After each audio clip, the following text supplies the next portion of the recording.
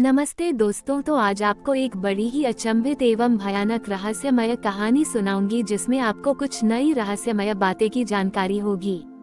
तो कृपा करके अभी चैनल को सब्सक्राइब कर ले। यह मेरा दूसरा नया चैनल है ताकि और भी रहस्यमय कहानी सबसे पहले आप तक पहुंचे। धन्यवाद। तो सुनिए। अर्जुन एक वन रक्षक और वनस्पति शास्त्री था जिसका बिहार के जंगलों से एक गहरा रिश्ता था। उसके परिवार की पीढ़ियों ने हमेशा प्रकृति के साथ एक अनोखा संबंध महसूस किया था। अर्जुन के पास एक खास क्षमता थी, वह पौधों और पेड़ों की प्राण शक्ति को महसूस कर सकता था। पिछले कुछ महीनों से अर्जुन ने एक भयानक बदलाव महसूस किया। जंगल बीमार नहीं थे, लेकिन वे अपनी जान खो रहे थे। पेड़ों की पत्तियां बिना मुरझाए गिर रही थीं और नदियां सुस्त हो गई थीं। लोग भी धीरे धीरे अपनी इच्छा शक्ति खो रहे थे। उनमें कोई उत्साह या ऊर्जा नहीं बची थी। एक दिन उसे अपने गांव के पास एक प्राचीन सूख चुके पेड़ पर एक अजीब सा निशान मिला जिसे उसके पूर्वज जीवन वृक्ष कहते थे। जब उसने उस पेड़ को छुआ तो उसे एक दृष्टि मिली जिसमें 12 पवित्र बिंदु एक विशाल ऊर्जा जाल बनाते दिख रहे थे और वह जाल कमजोर हो रहा था।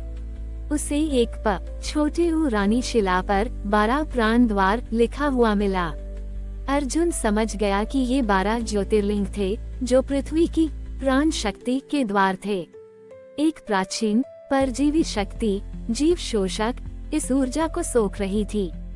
जीव शोषक एक जड़ जैसा अस्तित्व था जो धरती और हवा के माध्यम से फैलता था और यह हर जीवित चीज की खुशी और ऊर्जा को पी रहा था। अर्जुन को हर ज्योतिर्लिंग पर जाकर उसे प्राण शक्ति से फिर से भरना था। उसकी यात्रा शुरू हुई। उसके पास एक ही हथियार था, उसके गांव में बचे हुए जीवन वृक्ष का एक चमकदार बीज।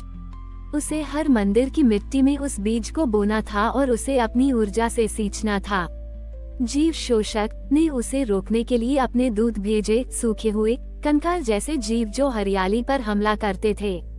उसे लोगों की उदासीनता का भी सामना करना पड़ा, क्योंकि लोग इतने शक्तिहीन हो गए थे कि उन्हें दुनिया की मौत की परवाह ही नहीं थी। अर्जुन ने सोमनाथ में पहला बीज बोया और मंदिर के आसपास हरियाली वापस आ गई। भीमाशंकर में उसने जानवरों में फिर से जान भर दी। उसकी यात्रा एक कठिन संघर्ष थी, लेकिन वह नहीं रुका। उसकी अंतिम मंजिल वैद्यनाथ थी। जब वह वहां पहुंचा तो उसने देखा कि जीव शोषक ने पूरे क्षेत्र को एक बंजर भूरे रंग के रेगिस्तान में बदल दिया था। जीव शोषक एक विशाल डरावने मृत्यु वृक्ष के रूप में प्रकट हुआ जो अपनी शाखाओं से सारी जान सोख रहा था। अर्जुन के पास केवल एक बीज बचा था। उसने उसे ज्योतिर्लिंग के आधार पर रखा।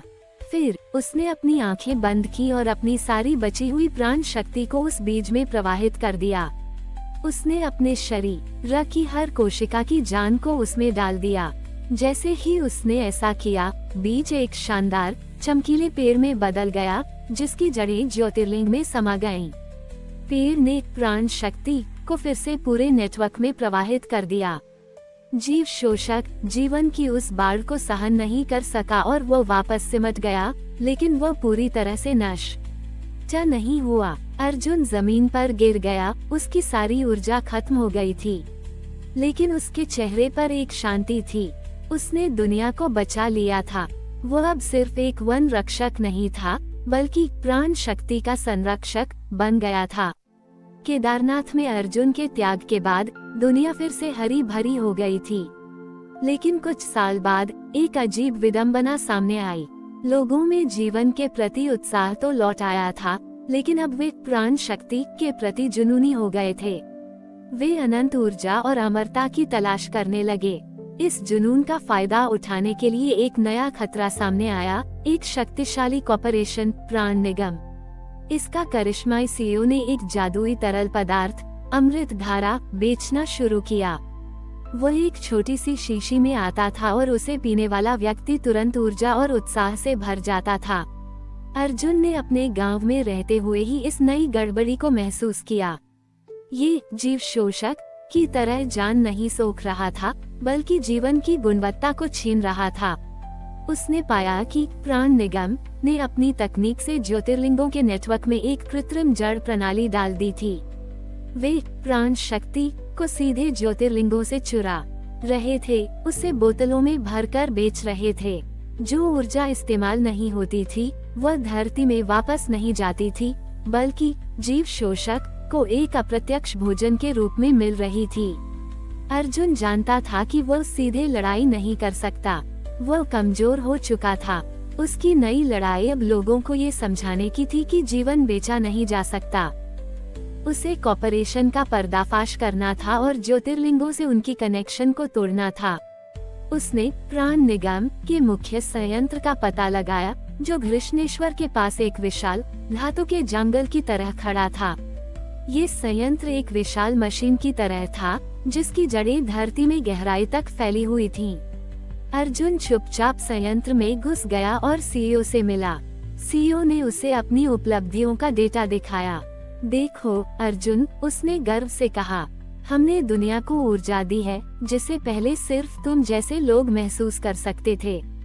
हमने इसे सभी के लिए सुलभ बना दिया है। अर्जुन ने उसे संयंत्र के बाहर का नजारा दिखाया।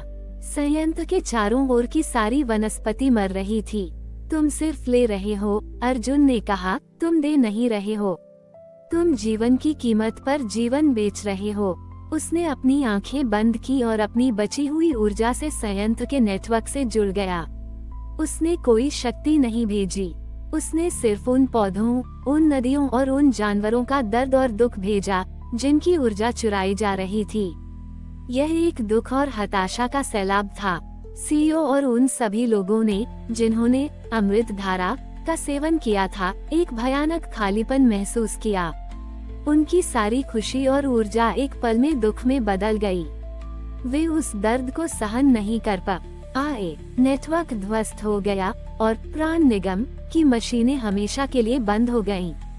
उस घटना के बाद अमृत धारा का व्यापार खत्म हो गया।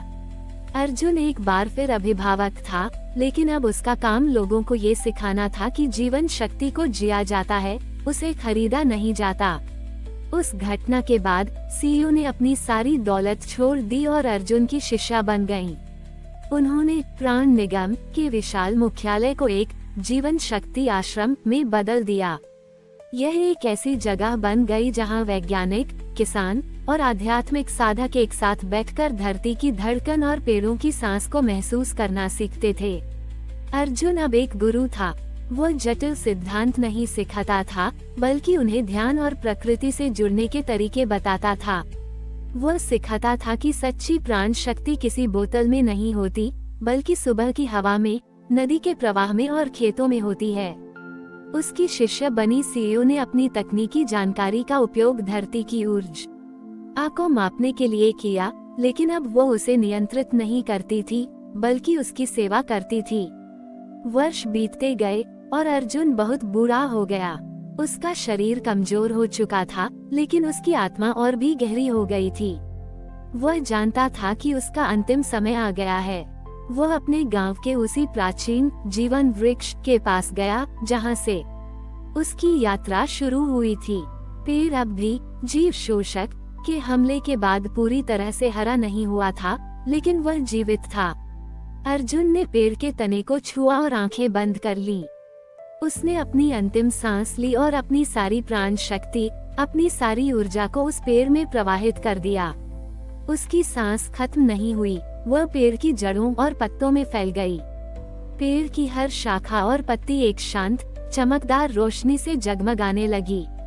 वह पेड़ फिर से जीवन वृक्ष बन गया, लेकिन इस बार वह और भी शक्तिशाली था, क्योंकि उसमें एक इंसान की आत्मा समा चुकी थी। अर्जुन का काम खत्म हो गया था। वो अब सिर्फ एक इंसान नहीं रहा था, बल्कि प्रकृति का हिस्सा बन गया था। उसका शरीर शांत हो गया, लेकिन उसकी प्राण शक्ति उस पेड़ के माध्यम से हमेशा के लिए ज्योतिर्लिंगों के नेटवर्क से जुड़ी रही। उस आश्रम में आज भी छात्र आते हैं और उस पेड़ के नीचे बैठकर ध्यान करते हैं। वे अब जीवन को एक उपहार के रूप में देखते हैं, न कि एक उत्पाद के रूप में। ये कहानी एक ऐसे नायक के साथ समाप्त होती है जिसने अपनी जान देकर मानवता को सिखाया कि जीवन को खरीदा नहीं जाता बल्कि उसे जिया जाता है। हमारी और भी आध्यात्मिक एवं अनोखी कहानियाँ देखने के लिए हमारे चैनल पर जाएं तथा धार्मिक एवं पौराणिक अनोखी कहानियाँ हमारे चैनल पर है, कृपया जाके देखें तथा हमारे चैनल को सब्सक्राइब करके रखें और वीडियो लाइक जरूर करें। धन्यवाद।